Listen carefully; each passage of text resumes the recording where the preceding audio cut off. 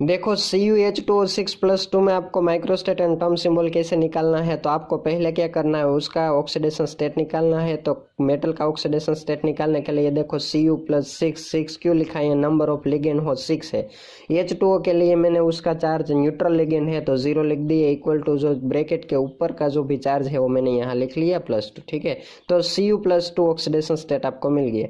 Cu का जो atomic number है वो 29 है, तो उसका electronic configuration argon 3d10 4s1 होता है, वो आपको पता है, क्योंकि वो स्टेबल होने के लिए जो 4s2 में से इलेक्ट्रॉन यहाँ आता है तो डी है वो स्टेबल हो जाती है। इसलिए ए आपको पता ही है कि स्टार वाला जो कॉपर का इलेक्ट्रॉनिक कॉन्फ़िगरेशन है वहाँ आप स्टार लिखते हैं, क्योंकि वो स्टेबल होने के लिए इलेक्ट्रॉन यहाँ से यहाँ ट्रांसफर होता है।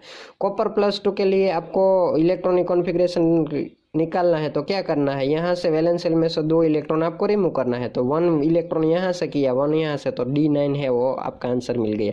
टर्म सिंबल आपको D9 के लिए निकालना है, तो आपको पता ही है कि स्पिन मल्टीप्लिसिटी है तो 2s+1 है।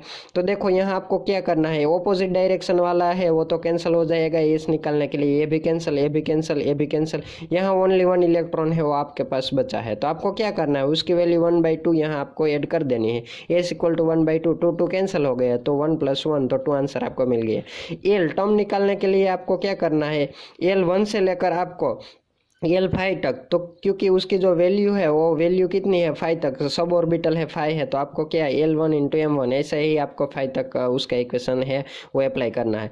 आगे क्या करना है, तो L1 = 2 है क्योंकि नंबर ऑफ इलेक्ट्रॉन 2 है, L2 = 2, L3 2, L4 2 and L5 1। ठीक है, यहाँ 1 ही इलेक्ट्रॉन है, तो देखो मैंने यहाँ 2 2 2 2 1 लिख दिया है। ठीक है, अब आगे क्या करना है, M1 की वैल्यू यहाँ है 2, M2 की वैल्यू 1 0 -1 वो मैंने ऐड कर दी, यहाँ 2 1 0 -1 -2। ठीक है, अब 2 2 ज़ा 4, 2 1 ज़ा 2, 1 × 0 0, 2 1 ज़ा 1, 2 1 ज़ा 2 लेकिन -2, 2 1 ज़ा 2 लेकिन माइनस।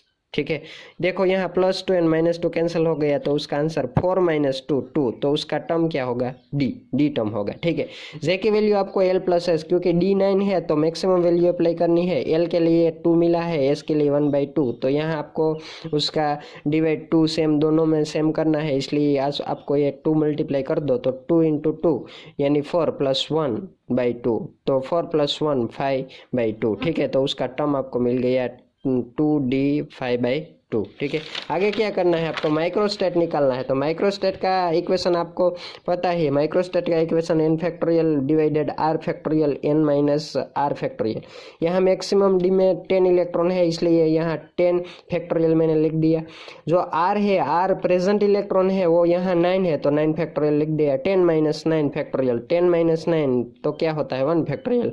यहाँ देखो 10 फैक्टोरियल आपको निकालना है, तो 10 से लेकर 9 8 7 1 तक की वैल्यू आपको लिखनी है, लेकिन मैंने 10 9 फैक्टोरियल, क्योंकि यहाँ 9 फैक्टोरियल मिलता है तो 9 फैक्टोरियल कैंसिल हो गया, तो 1 फैक्टोरियल की वैल्यू 1 ही है, तो उसका आंसर आपको माइक्रोस्टेट मिला है 10।